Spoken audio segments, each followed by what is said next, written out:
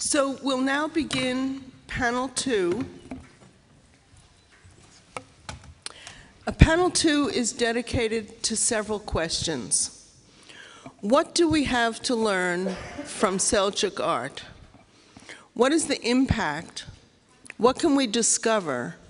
And in particular, this panel is devoted to the ways in which Seljuk art has had an impact on aesthetics and questions of beauty, addressing questions of beauty. We'll have 3 panelists set up. Ekizler Sönmez will be first, Jay Bonner will be second, I will be third, and then we would like to invite the audience to use the microphone and offer comments, or it's less asking questions and more offering comments, but it can be general questions for which there is no answer that respond to the panel's questions. What can we learn? What can we discover from Seljuk art? Without further ado, I'd like to introduce Serap Ekizler Sönmez. She is completing her master's degree at Marmara University. She is herself an artist, and she was first trained in chemistry. Serap.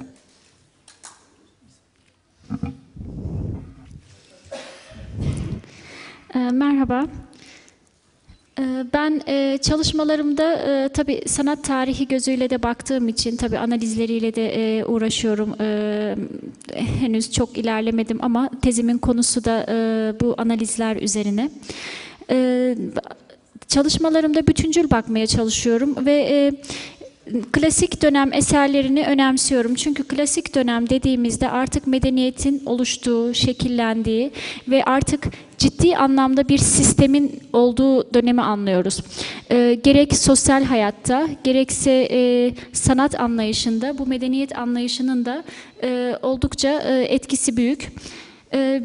Biz Anadolu Selçukluların izinde bu çalıştayın konusu oydu ve bunu anlamak için de öncelikle Anadolu Selçukluların klasik eserleri neymiş? Bunun hakkında birazcık bir şeyler sunmak istiyorum. Bunların içerisinde medreseler ve kervansaraylar oldukça önemli. Camileri almıyorum çünkü camiler fethedilen topraklarda alelacele, özellikle ulu camileri, alelacele devşirme malzemelerle yapılan eserler. Bu sebepten süsleme karakteri açısından da, mimari kompozisyon açısından da çeşitlilik arz ediyor.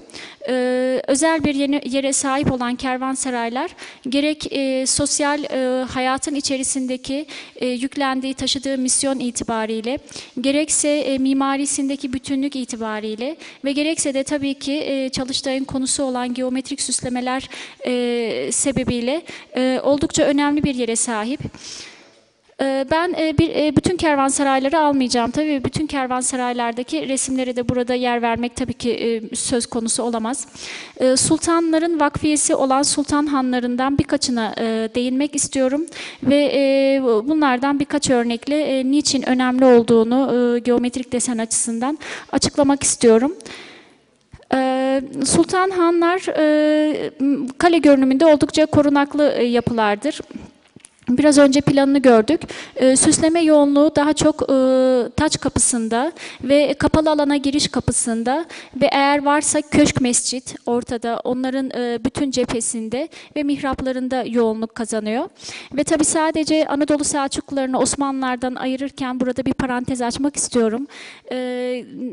Sadece geometrik desen ya da bitkisel formlarla değil, figüratif süsleme unsurlarıyla da karşılaşmak mümkün. Burada bir çörten görüyoruz ve buna benzer birçok figüratif unsur da var. Şu anda Sultanhan'ın Köşk Mescidi'ni görüyoruz. Köşk mescitlerin merdivenlerinin altı genellikle mukarnaslı ve bütün cephe geometrik desenlerle kaplı. Ve Sultan hanlarının özellikle geometrik desen açısından zengin olan bordürlerinin yanı sıra rozetlerin de uygulandığına şahit oluyoruz. Rozetlerde de bunların açılımı yapıldığında, sonsuza üreyen bir sisteme dönüştürüldüğünde yine özellikle beşgenleri içermesi açısından önemli buluyorum. Burada da yine 10 köşeli bir yıldız uygulaması var ve yine bir figüratif unsurla, asyatik unsur diyoruz biz buna, Orta Asya'dan Anadolu'ya aktarımın bir göstergesidir bu ejderler. Onunla geometrik desenin uyumu söz konusu. Burada da yine oldukça zengin bir geometrik ağ var. 10 köşeli yıldızlarla bunlar bir sistem halinde ilerliyorlar. Jean-Marc Castera sanırım dün sunumunda değinmişti. Merkeze yoğunlaştığımızda aslında oldukça çok kolay üreyecekmiş gibi düşündüğümüz sekizgen kurgusuna dayalı bir sistem. Fakat merkezden uzaklaşmaya başladığımızda beşgenlerin de olduğunu görüyoruz. Bugün Sayın J. Bonner'da workshoplarında buna benzer, daha doğrusu bu kurgu sistemine ait bir takım uygulamaları bize gösterdi. Karatayhan ise Kayseri-Malatya yolu üzerinde yine benzer plana ve sisteme sahip. Karatayhan'da çok da ilginç bir şey söz konusu. O da figüratif süsleme açısından oldukça zengin olması. Ben buradaki Taçkapı'daki bu ilk bordüre dikkatinizi çekmek istiyorum. Aslında bitkisel süslemelerden oluşmuş bir geometrik sistem var. Fakat buna yakından baktığımızda geometrik süslemelerin içerisine simetrik biçimde yerleştirilmiş iki kadın figürüne rastlıyoruz. Buna benzer uygulamalar Karatayhan'da var ama bu geometrik kompozisyonun içerisine en güzel yedirilmiş bir kompozisyon.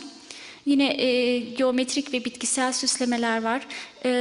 Sayın Peter'ın çok sevdiği bordür uygulamaları var. Burada görüyoruz.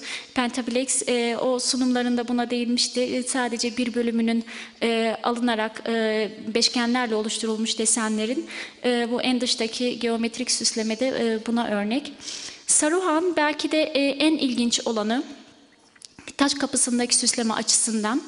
Buraya baktığımızda aslında birbirinin aynı gibi görünen yıldızlar var, yıldız ağları var.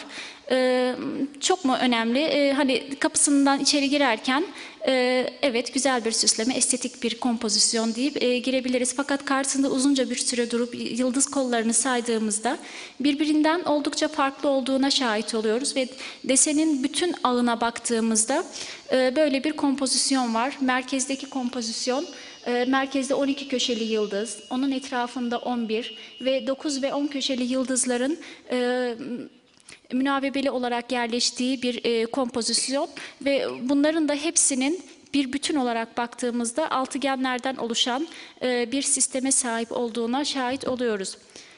Bu uygulamaları sadece Sultan Hanlar'da görüyoruz. Yani farklı yıldız kollarından desenin iskeletine vardığımızda bambaşka bir geometrik, yalın bir geometrik kompozisyon çıkıyor. Burada da yine başka bir kompozisyon. Aynı sisteme sahip. Ben mukarnaslara da biraz değinmek istiyorum. Tabii mukarnasların çok bilgi sahibi değilim ama mukarnaslar tabii ki iki boyutlu geometrik sistemlerin 3 boyuta aktarımı. Burada da yine beşgen kurgu sistemine ait bir mukarnas örneği var. Biz Osmanlı'da daha çok sekizgen kurgu sistemine ait mukarnasları görüyorken burada da ilginç bir kompozisyonla karşılaşıyoruz. Burada yine 9 köşeli yıldızlardan yukarıda bir bordür görüyoruz. Yan yana getirilmiş hali ve aralarında da altıgen, 6 köşeli yıldızlar var. Onun altındaki bu 5 nişte ise beşgenlerden oluşmuş, sadece 10 köşeli yıldızları birbirine bağlamak için oluşturulmuş o ara formların desen halinde aktarımı söz konusu. Yine yoğun mukarnaslı bir merdiven görüyoruz köşk mescitlerin altında. Yine farklı geometrik kompozisyonlara sahip beşgenleri de içeren rozetler bir hayli fazla. Ve kapalı han, Sultan Hanlarının kapalı bölümüne geçtiğimizde kubbelerine geçişte uygulanmış mukarnaslar burada oldukça güzel, etkileyici bir kompozisyon oluşturmuş. Aksaray Sultan Han, Sultan Hanlar içerisinde en büyük olanı 4800 metrekarelik bir alana kurulmuş bir handır. Ve Ali bin Dimeşki mimarıdır, mimarını biliyoruz kitabesinden. Ve Dimeşki'den de anladığımız üzere Suriye etkisi vardır, Zengi mimarisi vardır. Biz bu uygulamaları dün Karatay Medresesi'nde de gördük ve Alaaddin Camii'de de gördük. Onların da mimarı Şamlıdır. Bunu nereden anlıyoruz? İç içe geçmiş renkli mermer uygulamalarından, düğümlerden anlıyoruz. Burada yine zengin bir mukarnas uygulaması söz konusu ve yine taç kapısında da yine farklı yıldız kollarıyla oluşturulmuş bir kompozisyon. Desenin yine iskeletine baktığımızda, arka planına baktığımızda böyle bir kurgunun olduğuna şahit oluyoruz. Bu da geometrik desenin uygulandığı hanlarda bulunan bir mermer parçası. Ben Sayın Ceybonur'a da sormuştum zaten. Büyük taş bloklarına yerde uygulamış olsalar desenin bütününe ulaşamazlar. Yüzeyde uygulasalar bunu nasıl aktarıyorlardı? Bunların hepsi bir sır. Bu yüzden de bu kervansarayların üzerinde uygulanmış geometrik desenlerin üzerinde sanırım yoğun bir şekilde çalışmam gerekecek ama net bir cevap alamadım. Çok fazla zaman almak istemiyorum. Teşekkür ediyorum.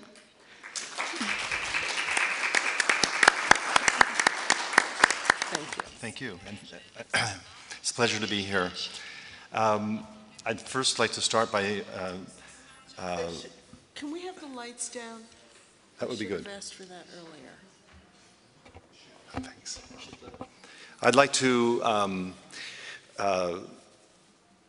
to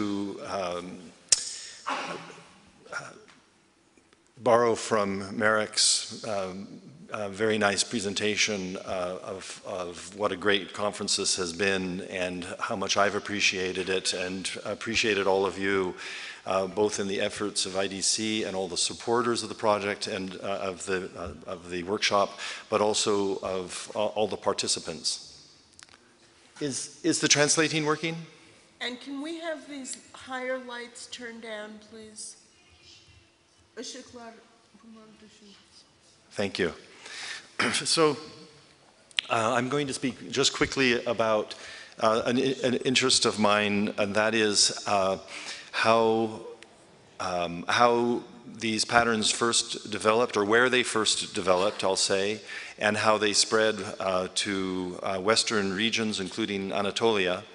And so is that better? Thank you.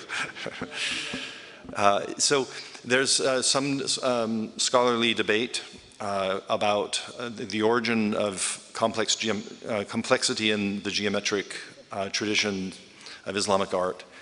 And there's one school of thought that believes that this happened in Baghdad during the Abbasid dynasty, and that it spread outward during the Abbasid dynasty into its areas of rule, both westward into North Africa and into Cairo and Egypt, and eastward into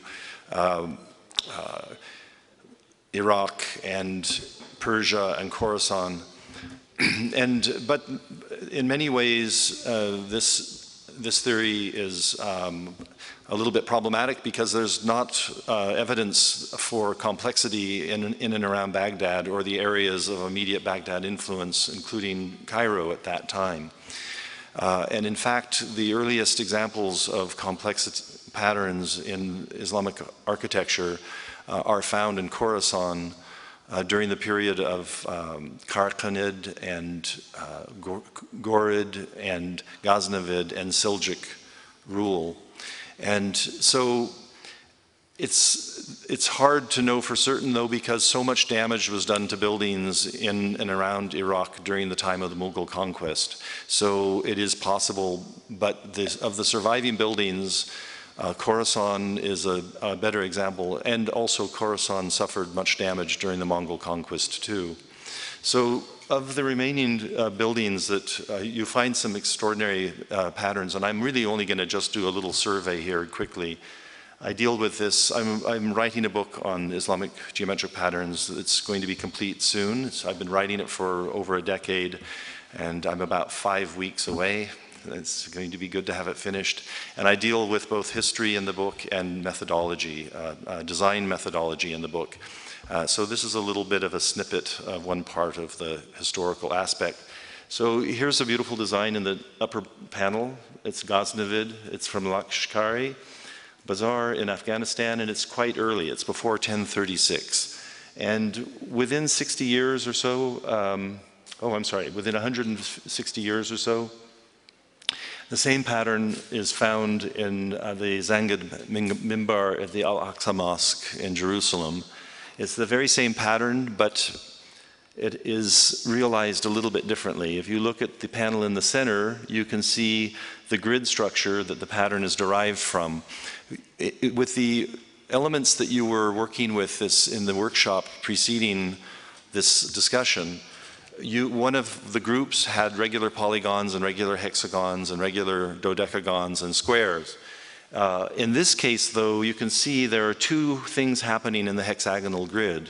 There are the six-pointed stars, and there are these areas with hexagons. You could sort of describe these as active and passive elements, and the hexagons are being treated differently, and the triangle areas are having two different kinds of pattern line applications. So this was in the early formative years that this is taking place. And you can see on the right-hand side is the example from Jerusalem, where they've widened the lines to the point where the corners touch each other. You can't widen any farther.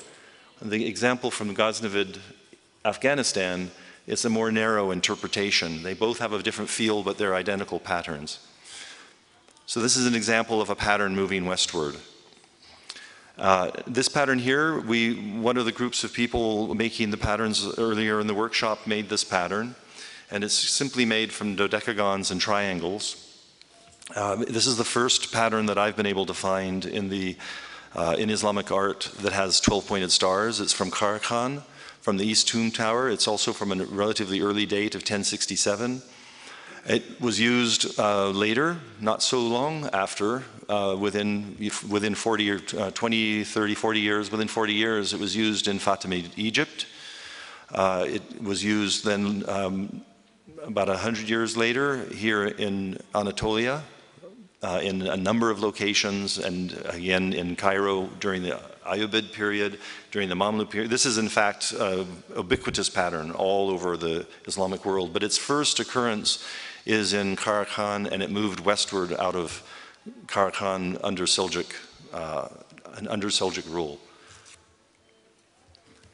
And so here's a construction of that pattern. One of the groups, as I say, made this very pattern just a little while ago. It's very simple. It's such a simple thing to make. It's also very beautiful, and it's interesting that the structure is just the underlying structure is just dodecagons and triangles, so that's very, very simple, well-known tessellation. But by using the lines in this fashion from midpoint to midpoint of the underlying grid, it's creating really quite a lovely pattern. It's actually a very lovely pattern. Look at the triangles. It's just a simple triangle inside a triangle. You could almost say that that dictates the whole pattern. Every line inside the dodecagon is, you could say, a product of the triangles. I think this is a good example how complexity can be brought out of simplicity.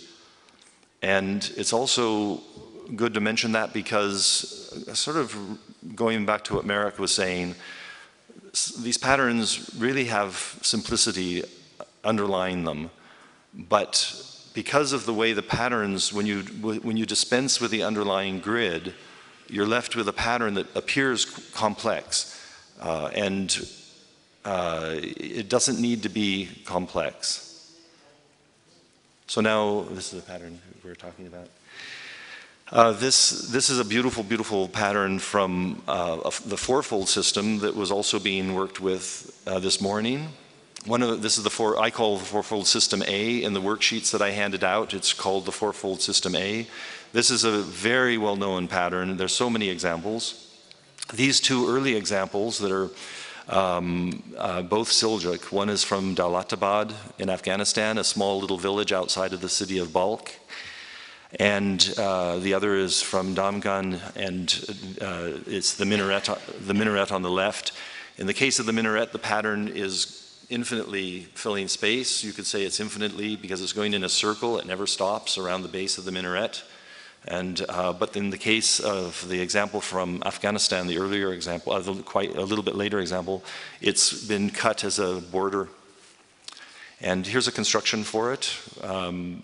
We were making this earlier in the day, one group. It's really only made from 3 elements of the fourfold system A. And it's a beautiful, beautiful classic pattern that's been used again and again, but its first occurrence is in Afghanistan and under the Seljuks. So you can see there were Ghurid examples later in Afghanistan as well, and then Elkhanid examples, and examples here in Seljuk, Turkey. So now this is a pattern that we referred to when we were recently in Beheshtir, the border that we were examining, that we have also seen repeatedly here in Konya. That same design occurs at its earliest date in Afghanistan during in the construction of the Friday Mosque in Herat, which was produced by Ghurid craftsmen. I want to emphasize that stylistically, militarily, or politically, the Ghurids and the Seljuks and the Ghaznavids and the Karakhanids weren't so friendly with each other, but their heritage of art and architecture is very, very similar. I mean, it's so similar that it's difficult to know which culture would have made it without inscriptions telling. So stylistically, this could be Seljuk or it could be Karakhanid, but it's Ghurid. This is a pattern that is made in this fashion from the fourfold system B. And it's the image on the left is one variant of it. That's the one that's from the Friday Mosque. That's the first earliest example. The pattern in the middle is a variant inside the octagons. This 8-pointed star had been treated slightly differently, and the star form is a little bit different. And this is the examples that we've been seeing here in Konya again and again and again. It's this very pattern. The example to the right is from Egypt. It's from the Al-Azhar Mosque, but it's from one of the madrasa that was built during the Mamluk period of the Al-Azhar. And it's much later. What is it? 140 years later than the example from Afghanistan, but they all share remarkable similarity with one another. And then lastly, this is a Karakhanid example. You can't make out the pattern in this photograph, so I'm going to quickly switch to the graphic. But it's a 5-fold pattern that can be made from either of 2 grids, both of which are elements from the 5-fold system. One of the grids, the one on the left, is using a network of pentagons and barrel hexagons around the decagon. And in the case on the right, it's just made up of the 3 shapes of the bow tie and the shuttle shape, or the hexagon from that system, and the decagon. And look at the size differences of the decagons from the right panel and the left panel, but they're making the same scale pattern. It's kind of interesting. And in the case of the pattern on the right, the crossing, the angle of the crossing lines is 72 degrees. And in the case of the angles on the example from the left, the crossing lines are 108 degrees, yet they make the same pattern. But it's not really such a mystery because the 2 grids, the 2 underlying grids, are duals of each other. And so the angles of the crossing pattern lines are actually 72, 108, 72, 108. So they're really just 2 different expressions, tessellating expressions of the same pattern. And this pattern then appeared in 1179 and was in Uzbekistan, Bukhara. And then it appeared not that long after, within 50 years or so, here at the Sultanhan in Aksaray. And then other examples. This is a really common pattern, but this is the first example from this Karkhanid building in Bukhara of a five-fold pattern that repeats on a rectilinear grid. So those are the patterns that I wanted to show, and then I just really quickly want to speak a little bit about design methodology, because we've all been working with the modules earlier in the day. Those of us who were in Istanbul also had instruction from Jean-Marc on using modular pieces that are the pattern themselves that can combine together very easily to create patterns in four-fold and five-fold systems very readily. And then he also demonstrated, I'm not sure if in the workshop, but certainly with speaking with people, how patterns can be made from the square grid and indeed the triangular grid. And then I'm an exponent of using these underlying geometric tessellations to extract patterns from. So these are four different methodologies, and that's three methodologies, and then there's a fourth one that we haven't spoken about in this conference, but last conference a year ago, Eric Berg was here, and he's an exponent of the method of starting with a circle and encapsulating it within a square, and then joining different lines that are geometrically related to the square, and again joining more lines, and I call it point joining, and then you end up with a reconstruction of a given pattern. So these are four different techniques, and they all have relevance, and I wouldn't want to discourage or over-encourage you to do one or the other, because if they work, they're valid. And there's historical evidence actually for all of them. This is what's interesting. There's historical evidence for all of them. In the case of the patterns the techniques rather that Jean-Marc uses, these are ones that are used in Morocco to this day. And the fact that they're used by designers in Morocco to this day means that it's historical. The methods that I use with the polygonal tessellations I like very much, because there's historical evidence for them in the way, as I just explained earlier in the week in Istanbul. There are a number of manuscript, like the Topkapi scroll, that's a source of evidence. There are architectural examples where the pattern and the grid are shown together. And there are also some cases of illuminated Qurans with geometric patterns where you can still make out the underlying tessellation to create the pattern. So these have, and the point joining technique, there's one document that has examples of that. So there's historical relevance for all of them.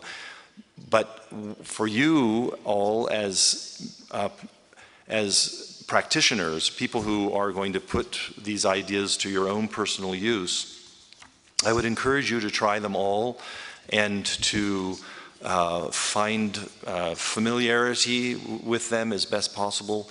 But the key is methodology.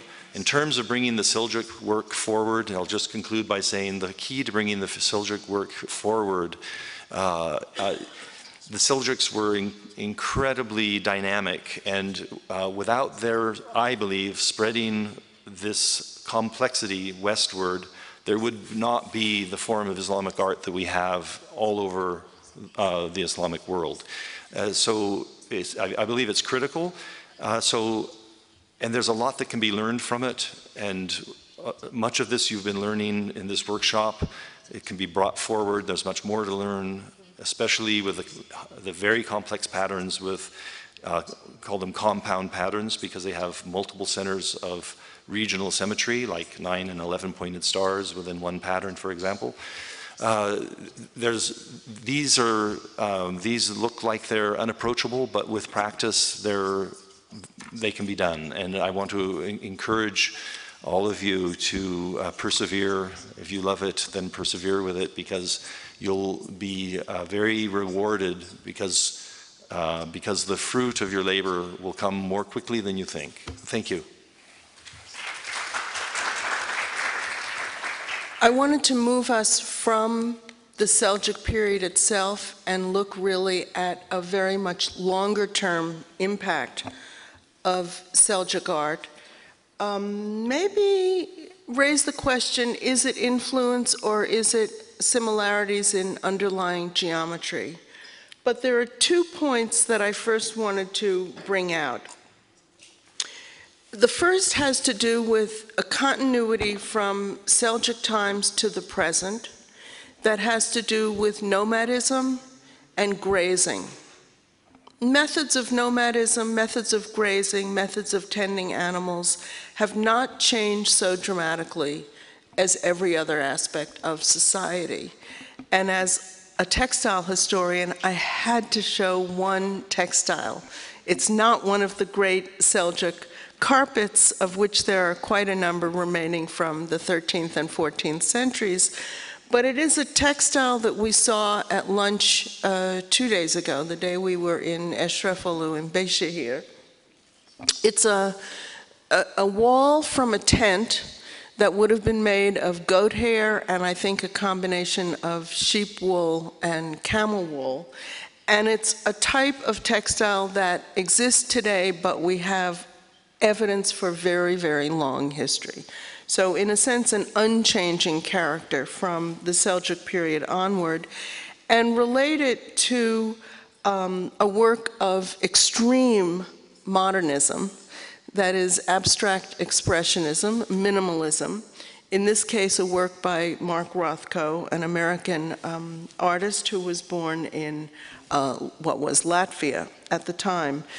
And I'd like to focus on 6 or 7 artists of the period of abstract expressionism and relate their work to works of Seljuk art. Now there's one other diversion that I want to make first, and that is, aside from nomadism and grazing, the issue of the vernacular. That is architecture that is not produced by commission and not produced by design of architects. This also was where we had lunch outside of Beyşehir on the lake, and I was fascinated by the relationship of textures, structures, materials, and wanted to put forward just a very controversial thought that there is something of Seljuk design. Something of Seljuk design that perhaps comes through in the vernacular today. So in particular, the relationship, can we have the lights down again, or some of the lights down? The length of beams supporting the flat roof of the Seljuk mosques, several we saw in the last day or so, have an extraordinary visual impact that is very subtle and not immediately something that draws the attention of pattern specialists, but whether there is any relationship to contemporary interest in a vernacular idiom. And related to that also, what we haven't spoken about is the juxtaposition of one design to another. We focus so far on the individual structures of patterns, but not the combination of patterns and patterns and patterns and patterns. And again, I wanted to relate that to the possibility of a continuation of a design aesthetic established here in Central Anatolia and Eastern Anatolia in the Seljuk period, but that may still have reverberations today. Then going along the theme of the impact of Seljuk art and the theme of the vernacular, I wanted to look at a hotel in Istanbul where, in a very understated manner, Seljuk patterns are used in contemporary design. So here for doors and gates, and here for shades over windows. And I wanted to also draw attention to contemporary work that is designed and commissioned, in this case by the İznik Vakf Çinileri, which is a series of geometric panels in the new Marmara line of the Istanbul subway network.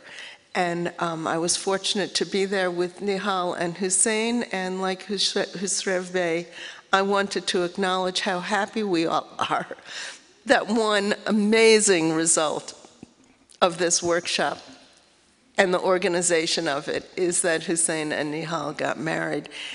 And the truly amazing thing is they met because Hussein was looking for how and where to organize this workshop in Turkey.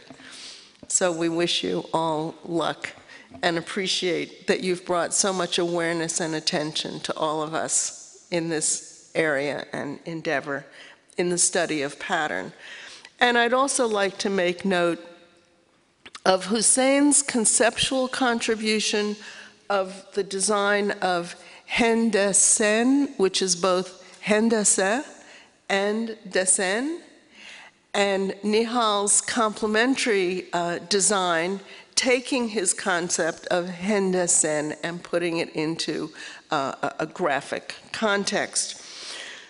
Moving right along, I'd like to remind us all that in the 20th century, with the development of modernism, there was an extreme reaction to the history of ornament, such that modernism did not allow for ornament.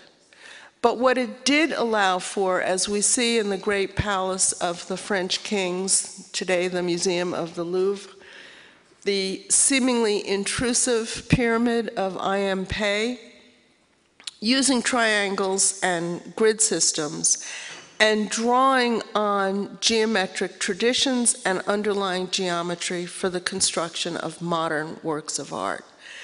And it is this theme that I want to continue a little bit further and push it back into the Seljuk period, because although we looked at patterns and individual patterns on the interior of monuments, on mihrabs, on wooden mihbars, on portals, we didn't really take stock of the extraordinary minimalism of Seljuk architectural form, the three-dimensional form. And the example that I show is the octagonal tomb tower of Eşrefoğlu and others in Beyşehir, and its superb conical roofing arrangement. That conical roof is as minimalist as you can get in the construction of an architectural form, covering, in the tradition of Eastern Anatolia, both Armenian architecture and Turkish architecture of the 10th century and 11th century and later, and in this case in the Eşrefoğlu Cami in Beyşehir. But the minimalism that we see expressed, for example, in the abstract expressionism of Frank Stella, again an American artist, working in the 1960s, the intersections of circles and the use of interlace. Now, one might argue that this is just a use of geometry and not a direct reference or relevance to an earlier history of Islamic art.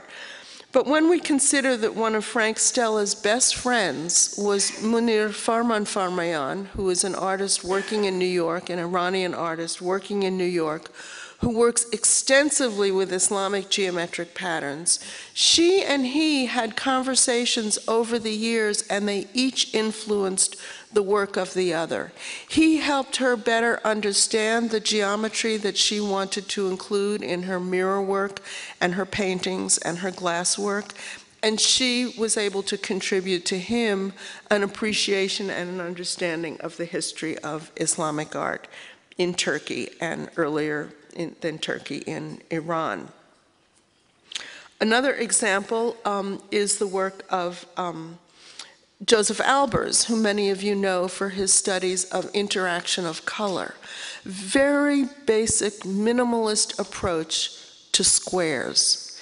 And the comparison that I wanted to make, a bit of a stretch, but the focused minimalist approach to squares and their structural importance in the composition of so many of the patterns that we have studied.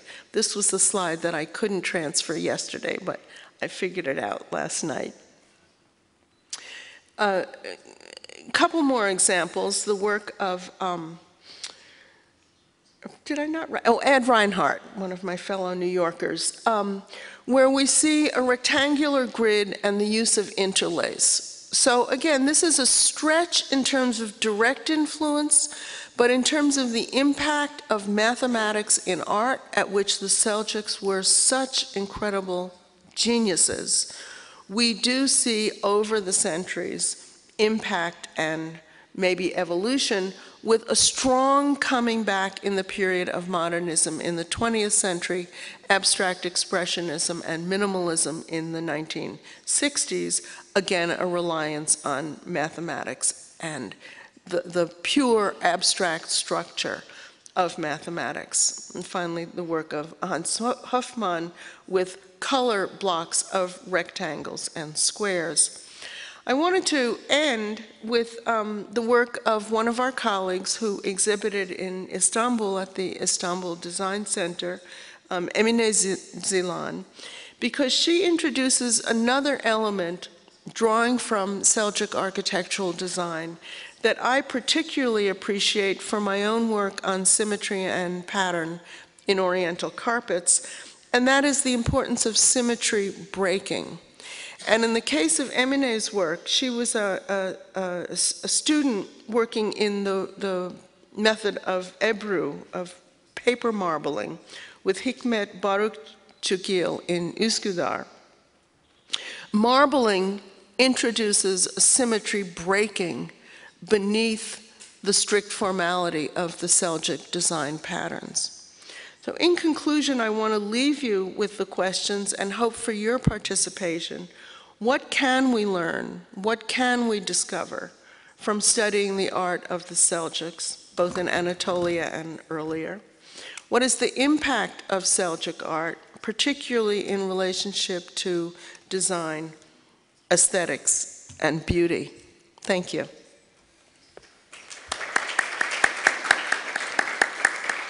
So we invite your participation with comments, questions, speculations, or rhetorical questions.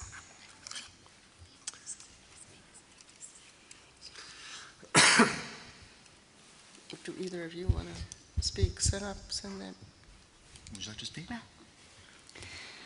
Ben sunumumda da bahsetmiştim. Selçuklu dönemini anlamak için ben Hanların çok iyi bir çıkış noktası olacağını düşünüyorum. Orada uygulanmış olan, o vakte kadar uygulanmış olan Anadolu Selçuklusunda ve öncesinden de tabii hemen hemen bütün kompleks geometrik desenlerin varlığı söz konusu. Ve ben beşgenler konusunda yeniyim. Beşgenlerin analizine burada bir hafta boyunca nasıl bakabileceğimizi, farklı perspektiflerden nasıl bakabileceğimizi öğrendik. Tabii Türkiye'de bizde bu kadar zengin geometrik desenlerin bulunmasına rağmen bu konuda şu ana kadar hiç çalışılmamış olmasını ben kendi adıma çok üzücü buluyorum. Çünkü heyecan verici olan bu çalışmalara ben ilk niyet ettiğimde, başladığımda, fark ettiğimde kaynaklar aradım. Mutlaka yapılmış bir şeyler vardır diye. Çok aradım. Fakat bulamadığımı rahatlıkla söyleyebilmeliyim. Selçuk Mülayim hocamızın 1982'de yaptığı bir doktora tezi var. Kendisi de ona zaten şu anda çocukken yaptığım şeyler diyor. Tarihsel sanat tarihçisi olduğu için tabii tarihsel süreç noktasında çok istifade ettim. Fakat analizler konusunda kendisi de bunu kabul ediyor tabii, oldukça yetersiz. Böyle olması da doğru. Tabii o zaman internet erişimi yok. Daha dünyada neler oluyor, neler bitiyor bilinmiyor. Belki matematik altyapısıyla da alakalıdır, bilemiyorum. Fakat sonrasında çok ciddi bir çalışma bu çalışma. Fakat hala başvurulacak ilk kaynak olması benim için çok üzücü bir durum. Tabii bu işle uğraşan, belki burada olmayan ve Anadolu'da birçok kişinin fark ettiği bu desenlerle uğraşan kişiler mevcuttur. Eminim onlar da belki de 1982'de yapılmış olan bu kaynağa bile ulaşamıyorlardır. Fakat tabii internet erişiminden bahsedildi. Bu çok büyük bir zenginlik.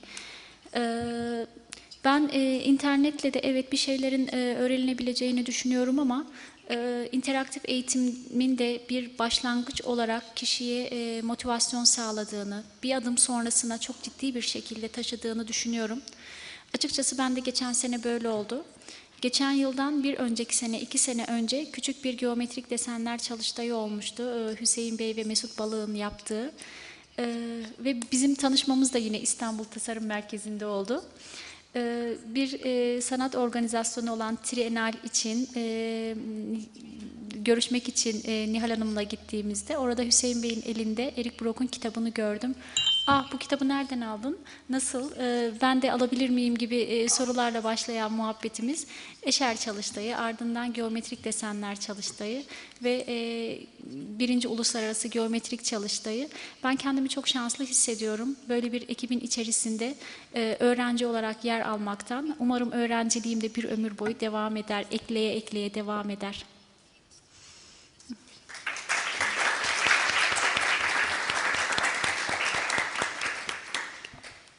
I wonder if I might also say we are all students in this.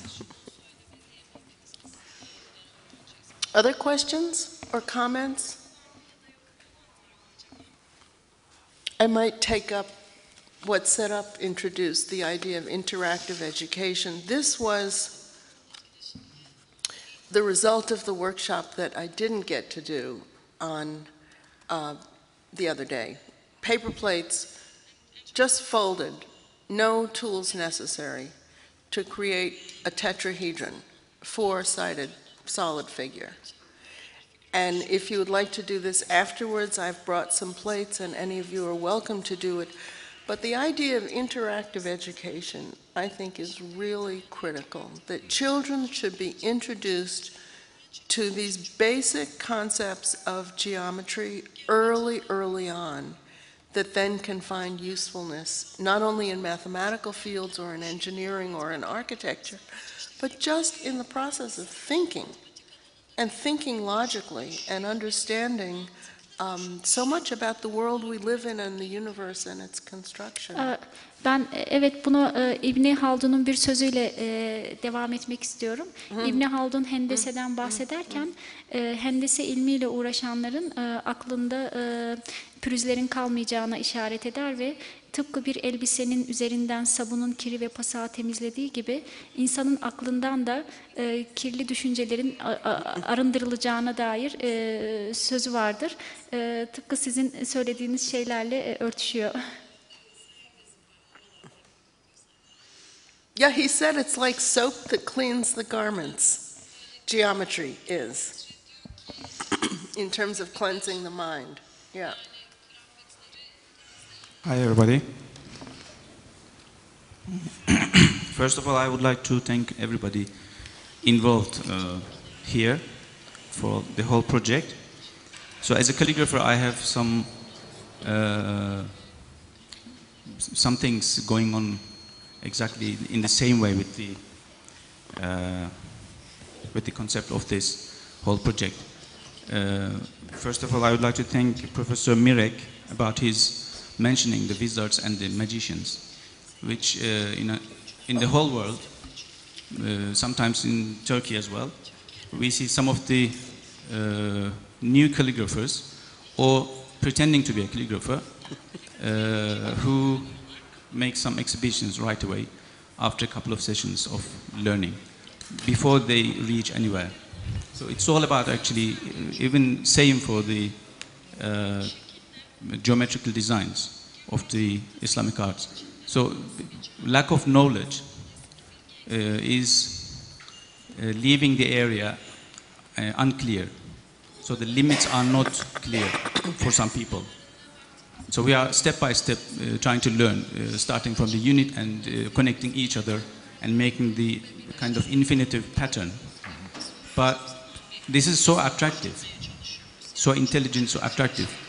But this beauty and aesthetics sometimes misleading the people, because there's a great demand and great appreciation, great longing for the old days beauty, which is kind of a classical taste for today, who would like to adorn the 21st century with the same things. So this great demand is attracting the people who would like to misuse all these patterns and techniques.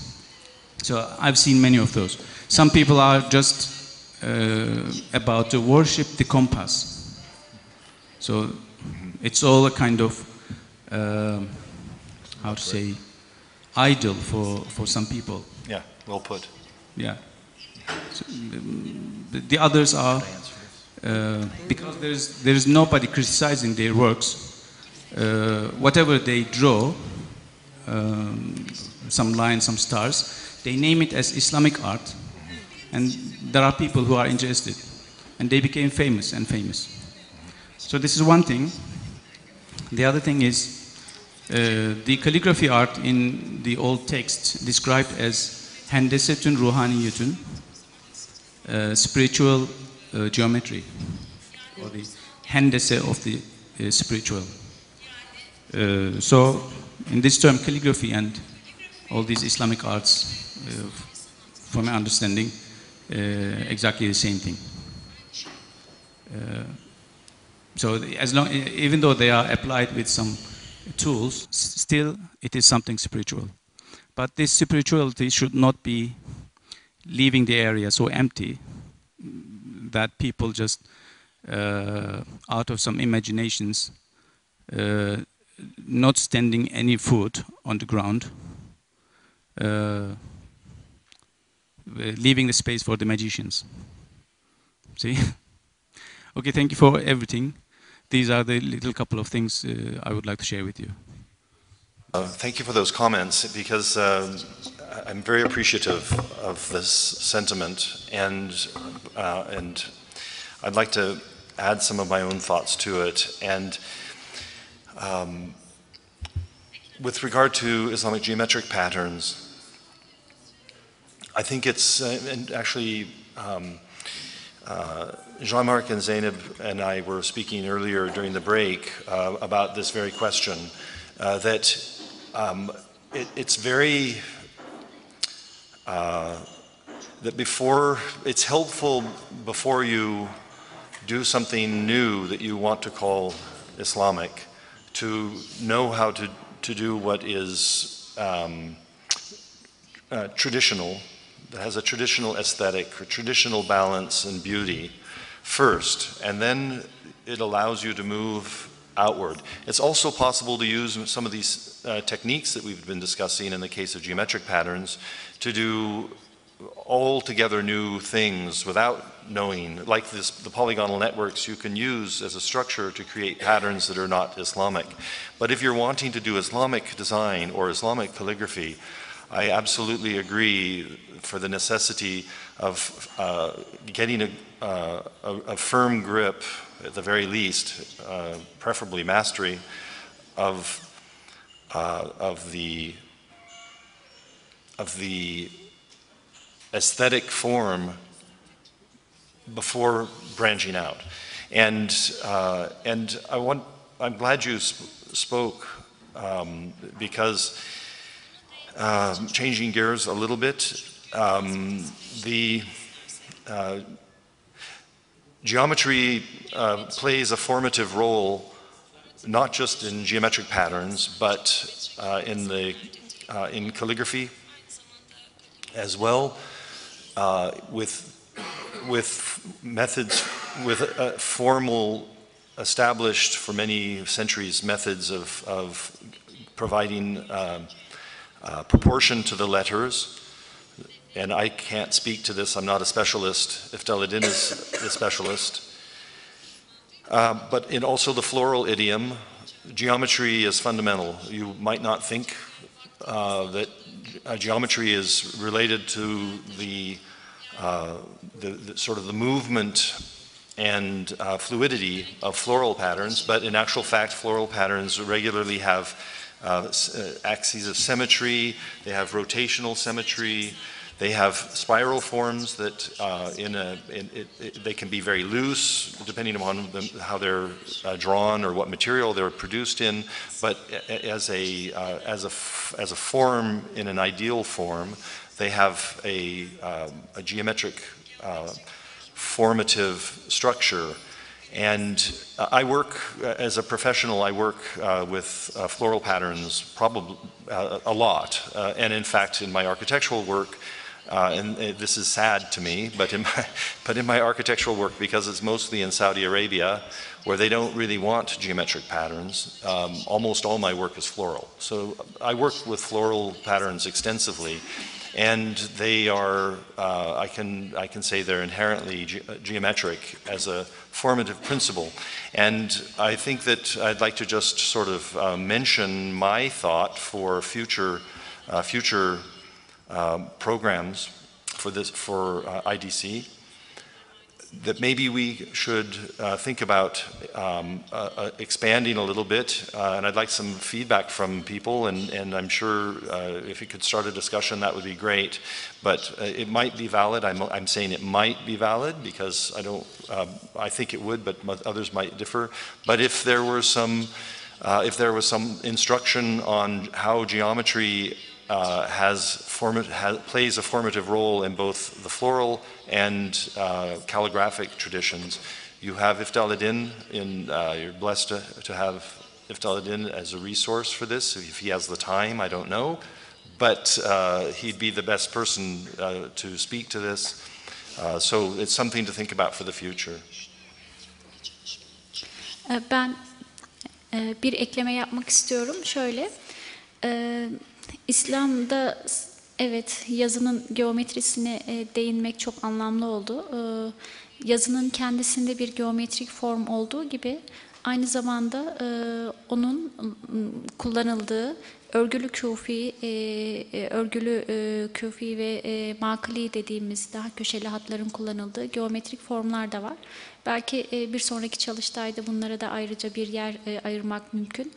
Ayrıca ben şunu da biliyorum fakat detaylı incelemedim. İslam alimleri bütün ilimlere bir bütün olarak bakmışlar. Müziği, geometriyi, felsefeyi vesaire hepsini bir bütün olarak ele almayı uygun görmüşler.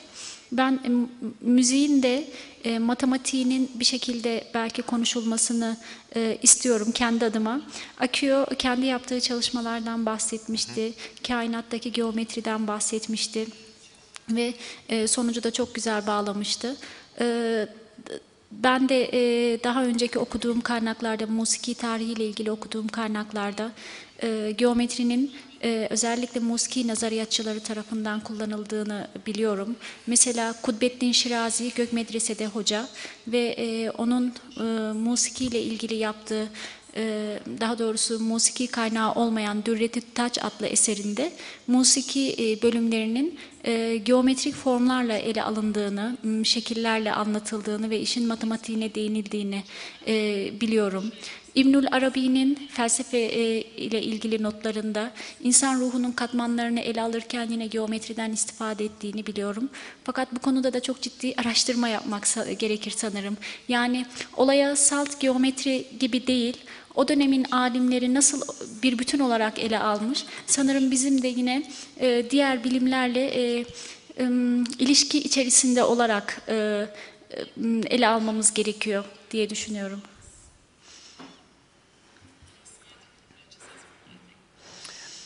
I would also like to add another dimension to what has been said and draw your attention to the walls and to the floor, both of which are covered with patterns that are curvilinear, based on geometry, industrially produced. Why are they not interesting? Why do they not attract our attention?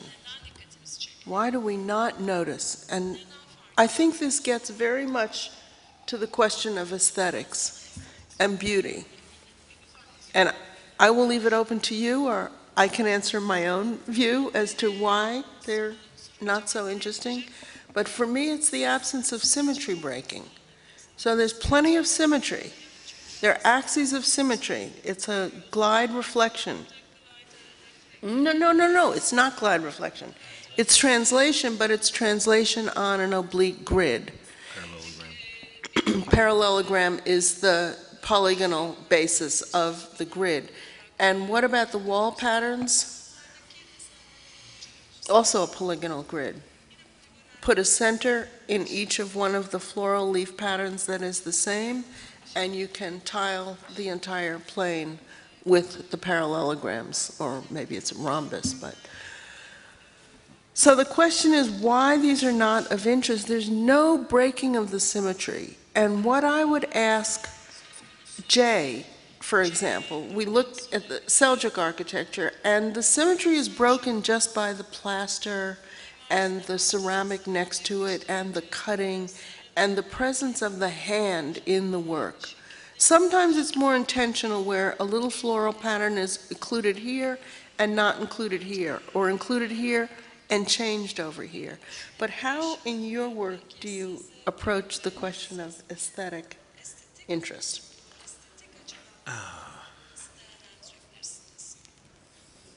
Well, I'm usually asked to work to a specific historical style, and that sets the aesthetic. Sometimes once I was asked to, this was for the Prophet's Mosque in Medina.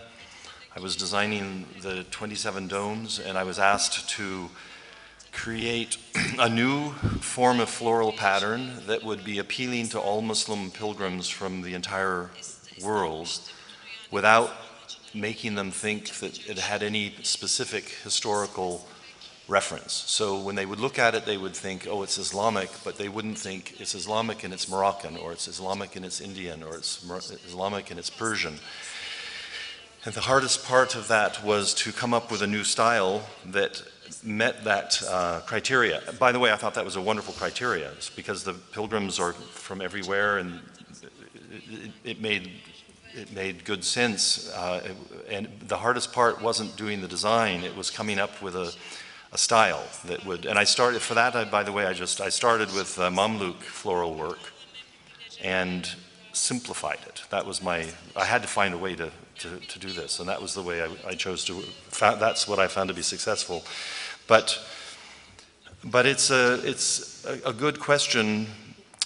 I agree with you about symmetry breaking, and one of the wonderful things about Islamic geometric patterns, when you widen the lines and you cause them to interweave with each other, what would otherwise, without the interweave, have a symmetrical line of symmetry, no longer has the line of symmetry, because each of the crossing points has chirality.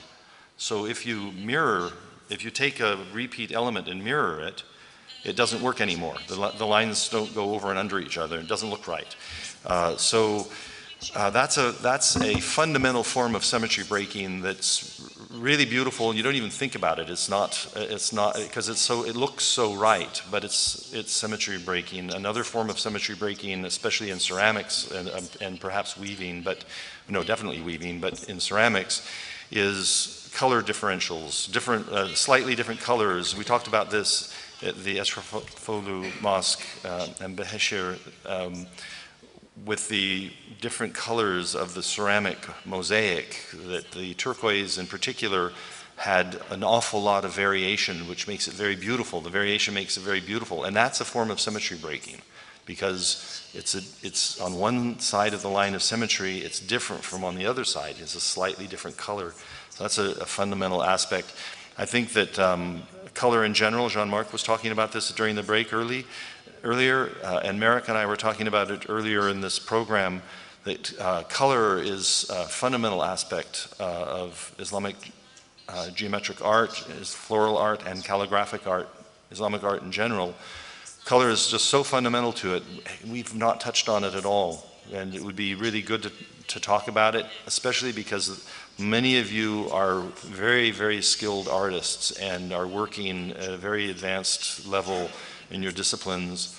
And it would be so nice to hear some of your thoughts about color. So, color and aesthetics are like Nihal and Hussein. Yes, please. I would like just to say a few words about the symmetry, breaking symmetry. You see, if you have design, if you break symmetry, then automatically you are forcing eyes of everybody to look at this design. If you have design like this one that you have around, you are not looking at specific point. You are concentrating on the board, on the speaker. This is just the background. And our psychology is like this. We notice two things. We notice very beautiful things and we notice very ugly things. Both of them forcing us to specific impressions. Things like this, they are nice, but our eyes are not forced to look at them. You're coming to the room like this, you're looking at the pattern, there's no place where you can locate your eyes. This one, no, it's identical like this one. This point and this point, they are the same. So our eyes are going and looking for something specific. And the specific is the screen and the person talking. Point. And also talking about symmetry breaks, there was yesterday at the Karate Madrasa, at the base of the dome, there's a beautiful continuous band of Kufi calligraphy. And it's Kufi calligraphy where the ascending elements, the alifs, come up and they mix with a geometric form, which as a style, in English, it's often referred to as knotted Kufic. And the knotting has a symmetrical aspect to it. So you have interspersed around the perimeter of the base of the dome, you have these symmetrical elements of knotwork created from the alifs. But the calligraphy is, of course, not symmetrical. So you're getting, in one panel, you're getting, to speak to what Marek is saying, within one panel you're getting these symmetrical elements and the calligraphy that breaks the symmetry, and it's visually arresting. It's so beautiful, and it's one of the reasons it's so beautiful. To go back to what you started the conversation by saying is the breaking of symmetry. It's also beautiful because it's beautiful design and beautiful calligraphy, and so and beautiful color. It works on all levels, but it's beautiful. Thank you. Well, there's time for a few more comments and questions. I wonder if any of you would like to offer any, and I would invite Zeynep or Tina or thank you, Zeynep or Tina or Aisha or Dijla Hanım or Bushra. Any of you who would like to offer a comment or a question, please take this opportunity. Yes. Bir matematikçi olarak özellikle bu hafta dönüşüm geometrisini anlattım derslerimde. Yansıma, simetri, işte öteleme, döndürme. Özellikle İstanbul'dan herhalde gelince bunun da etkisi sürdü herhalde. Dersimde İslami geometrik süslemeleri anlattım. Onlar üzerinden dönmeyi anlattım, yansımayı anlattım. Orada kafamda bir kavram kargaşası oluştu. Sayın Majeski de bu alanda tabii üstad. Ben ona da özellikle belki hani soruyor olabilirim. Siz de lütfen cevaplayabilirseniz çok memnun olurum. Simetri ile yansıma arasındaki temel fark nedir? İkisi de aynı şey midir, yoksa biz birbiri yerine kullandığımızda bir kavram yanılgısı veya da kavram kargaşası mı oluşturuyoruz? Özellikle bunu ben sormak istiyorum. Bir matematikçi olarak öğrenmek istiyorum. Yeah. Let's let Jean-Marc answer this question. I understand it is really confusing because in mathematics we are talking about symmetry group, and and we start talking about mirror symmetry, that is occult symmetry, and then we talk about rotation, and we talk about light symmetry, we talk about translation. But where is symmetry in translation or in rotation? In fact, you just have to know that rotation can be considered as the composition of two mirror symmetry. And again, yes, with axes, when the axes are not parallel. And if you compose two mirror symmetry with parallel axes, you have one axis here, a second axis here, you take this point, you go to the symmetric according to the first axis, and then symmetric according to the second axis. What you get is translation. So translation is a composition come from symmetry. Same thing, rotation come from composition of two mirror symmetry with axes that are not parallel. Kısmen yanıt aldım ama şimdi benim anladığım Sayın Beyefendi anlattığından simetride örneğin bir parçayı diyelim ki tam ortadan ikiye, yani eş parçalara ayırdığımızda karşılıklı orada bir eşitlik söz konusu, ama yansımada bütünü mü biz kullanıyoruz? Mesela simetride de bütünü kullanıyoruz ama simetride özel olarak bir bütünü işte ikiye böldüğümüzde iki eş parça oluşuyor ama yansıma için bunu tam olarak söyleyemiyoruz herhalde. Yani ben esas kafa karışıklığı burada.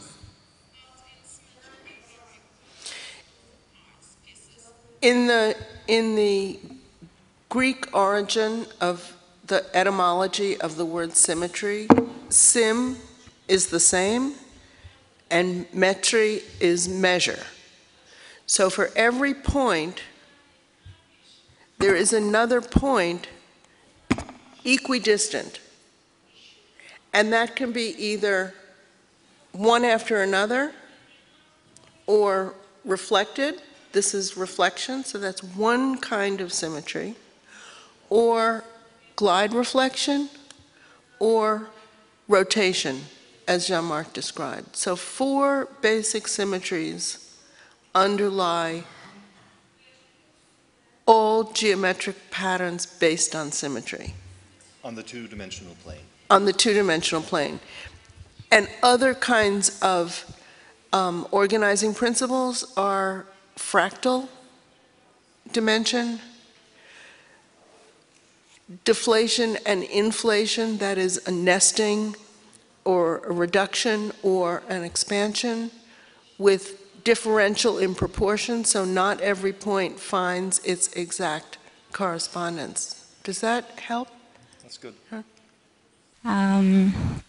Benim için bu çalıştay gerçekten çok verimliydi. Ben yaklaşık 1,5 senedir Türkiye'ye döndüğümden beri biraz monoton bir hayat yaşıyorum. Aslında pek bana göre değil ama buraya geldiğimde bunun bir kırılmasıydı aslında ve geometrik desenler üzerine Türkiye'de böyle bir çalışma yok. Serap Hoca'nın da söylediği gibi bu ikinci uluslararası bir çalıştaydı. Bilmiyorum diğer ülkelerde nasıl ama benim şu zamana kadar hiç böyle bir çalışmaya katılma imkanım olmadı. Ve bunun öncesinde de 7 sene boyunca Avrupa'daydım ve her şey aslında tersinden başladığım gibi oldu. Fakat oradan aldığım Avrupa'da gördüğüm örneklerde daha çok ornament üzerine değil ama sadelikte bir güzellik vardı ve oradan aldığım da çok fazla şey oldu. Şu anda burada ikinci bir aşamaya geçti benim açımdan, daha çok ornamentler, geometrik desenler üzerine ve Ceyle'de konuştuk. Ben çok istekliyim bunun devamını getirmek için. Çok teşekkür ediyorum hepinize. Gerek buradaki çalıştaya katılan arkadaşlar, gerek konuşmacılar ki hepsi, yani hepiniz çok mütevaziydiniz. Bir arkadaşımla konuşur gibi sizinle konuşabilmek benim açımdan çok hoştu. Teşekkür ediyorum.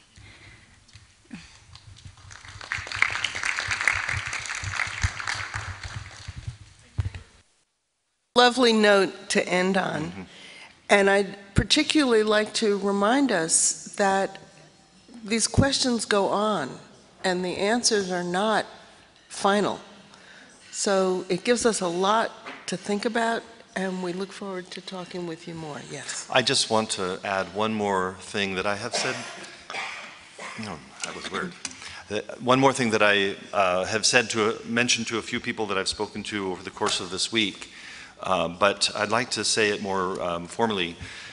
And that is and it's difficult to teach this in this kind of context with only the amount of time we have.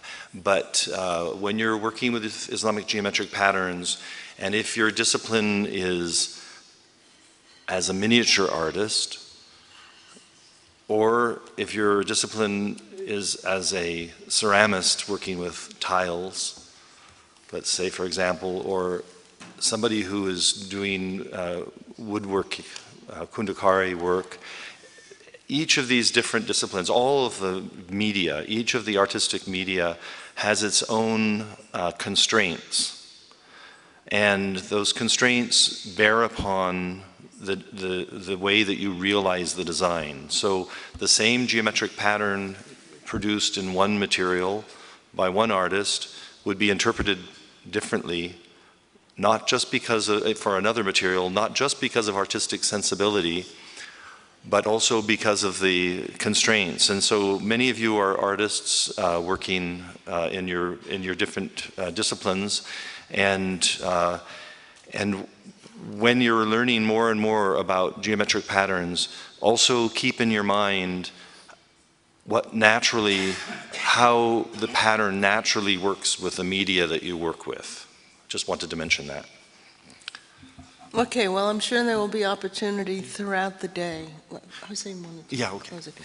Throughout the day to continue this discussion, and thank you all very, very much.